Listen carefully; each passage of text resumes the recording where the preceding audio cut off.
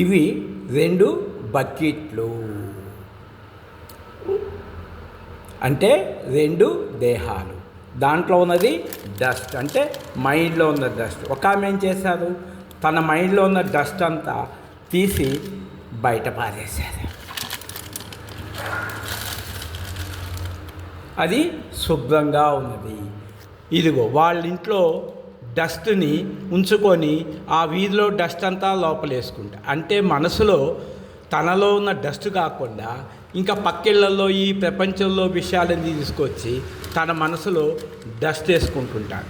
ఈ డస్ట్ మాటలే మాట్లాడుతుంటారు. ఆ డస్ట్ తలంపులే కామెంట్స్ రూపంలో వచ్చేస్తుంటాయి. కాబట్టి ప్రతి మనిషి దేహమే దేవాలయం, హృదయంలో ఉన్న దేవుడే నిజమైన దేవుడు. కాబట్టి చిత్తశుద్ధి లేని శివపూజ లేలా, బాండశుద్ధి లేని పాకమేలా. కాబట్టి 2 బకెట్లు ఒకటే. ఒక ఆమె నీట్గా ఉంచుకుంది, ఇంకొక ఆమె మనసు కంపు కొడుతుంది. ఆ కంపు ఉంది కాబట్టి నోట్లోంచి కంపు మాటలు వస్తుంటాయి. కాబట్టి ఇప్పుడైనా మార్చుకొని మీ హృదయాల్ని దైవ మందిరంగా మలుచుకోండి.